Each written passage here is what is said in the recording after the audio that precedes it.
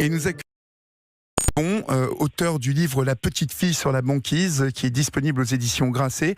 Bonjour Adélaïde, bienvenue sur l'antenne d'Europe 1. Merci beaucoup. Bonjour Olivier. Bonjour. Alors, je vais résumer un peu votre histoire. Un soir de 1990, vous étiez alors âgé de 9 ans. Vous avez subi un viol commis par un homme qui sévissait dans le 16e arrondissement de Paris. Des années plus tard, vous avez appris que vous n'étiez pas sa seule victime. D'abord, comment approchait-il ses victimes, cet homme ? Comme la plupart des violeurs en série, il avait un mode opératoire qui était souvent le même et qui était de se faire passer pour un électricien ou pour un concierge ou pour quelqu'un qui travaillait dans l'immeuble et de demander de l'aide aux enfants, enfin aux petites filles en l'occurrence, qu'il violait surtout uniquement des filles qui étaient là, et leur demandait un coup de main. Et lorsque on dit que vous avez appris que vous n'étiez pas sa seule victime, il a fait combien de victimes, cet homme ? Alors ça, c'est une grande question. Les policiers en ont 72 sur 10 ans. 72 Sur ces 72, seuls 35 sont passés parce qu'il y a la plupart ont été après le... excusez-moi. Je vous en prie. Après le jugement oui, le délai de prescription. Voilà, exactement. C'est parce que je suis en Angleterre et que je parle anglais toute la journée, donc D'accord. je suis un peu perdue. Et puis que l'immense majorité d'entre elles n'ont pas porté plainte, et c'est que sur 10 ans. On sait qu'un pédocriminel sévit en gros à partir de 15 ans.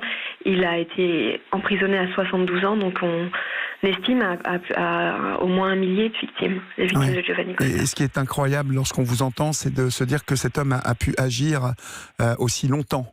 Et ce chiffre, finalement, traduit ce que nous disions en préambule de cette émission, c'est que on a du mal à raconter lorsqu'on a subi une telle agression. Vos parents ont-ils compris qu'il vous était arrivé quelque chose ? Est-ce que vous leur avez dit quelque chose ? Mes parents m'ont vu rentrer et aller directement dans ma chambre, ce qui ne m'arrivait pas parce que j'étais une petite fille très joyeuse qui racontait tout le temps tout à tout le monde. Oui. Et donc, ils se sont doutés de quelque chose et ils m'ont un peu tiré les verres du nez, mais moi j'étais dissociée, j'étais en amnésie traumatique, donc je ne leur ai raconté que ce dont je me souvenais. Et comme j'étais extrêmement calme, étant dissociée, ils se sont dit, on a échappé au pire. J'avais à l'époque pas la mémoire de la pénétration, donc ils m'ont emmené au commissariat. Les policiers ont appelé ça des attouchements sexuels. Et c'est des années plus tard qu'une partie des souvenirs de la mémoire traumatique est remontée et que j'ai compris qu'il y avait eu pénétration et que donc c'était un viol. Et que vous aviez donc vécu un véritable choc, ce qu'on appelle une amnésie traumatique. Donc vous avez déposé le soir même une plainte pour attouchement sexuel et non pour viol, comme vous venez de le dire. Vous dites qu'à l'époque, personne n'était formé à recueillir la parole d'un enfant. C'est ce que vous avez ressenti lorsque vous êtes allé porter plainte ?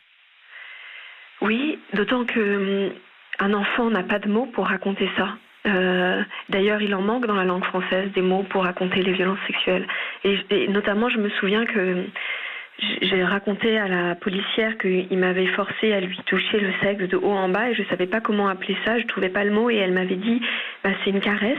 Et je lui avais dit non, c'est pas ça une caresse. Et elle avait écrit caresse parce que elle n'avait pas d'autres mots non plus à disposition. Pour moi, ça fait partie des énormes problèmes de la libération de la parole, c'est que le vocabulaire qu'on a est celui du désir, est celui de la sexualité, est celui de la relation.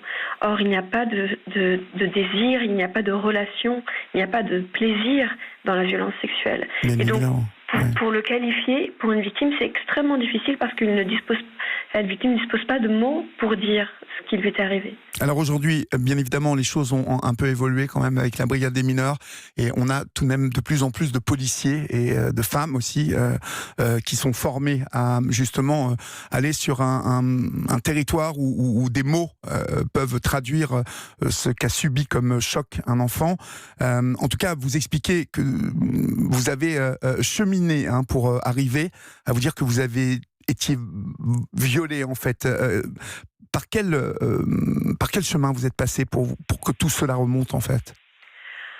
J'ai fait des années et des années de thérapie, toutes sortes de thérapies, déjà parce que je ne faisais pas les liens entre cet événement de mon passé et tous les symptômes dont je souffrais, que je n'appelais pas symptômes à l'époque. Je pensais que j'étais folle, je pensais que j'avais que j'étais violente, je pensais que j'étais perverse et je me haïssais férocement. Mais dans le même temps, je me doutais bien qu'il y avait quelque chose là-dedans qui n'était pas tout à fait normal. Donc j'ai essayé par tous les moyens d'aller mieux. Et c'est dans une thérapie corporelle que le premier souvenir est remonté. Il m'a pénétré de diverses manières, mais l'une des façons, ça a été une pénétration digitale. Mais à l'époque, j'ai pas pu mettre le nom viol dessus parce qu'en fait, je ne savais pas. Oui. Pour moi, un viol, c'était le stéréotype du viol, c'est-à-dire... Oui. Mais comme voilà. pour beaucoup de personnes encore aujourd'hui qui ne savent pas que toute pénétration, c'est un viol. Et c'est des années plus tard, quand j'ai lu la définition du mot viol, que j'ai pu pour la première fois me saisir du mot et me dire mais en fait c'est normal que tu ailles mal, c'est que quelqu'un t'a fait ce mot-là, quelqu'un t'a violé, quelqu'un voilà. Et donc peut-être que toute cette souffrance, elle a un sens, peut-être parce que c'est qu'on t'a fait ce mot-là, et ce mot m'a sauvée. J'avais vraiment besoin de mettre les bons mots aux bons endroits. Et c'est très important dans ma reconstruction.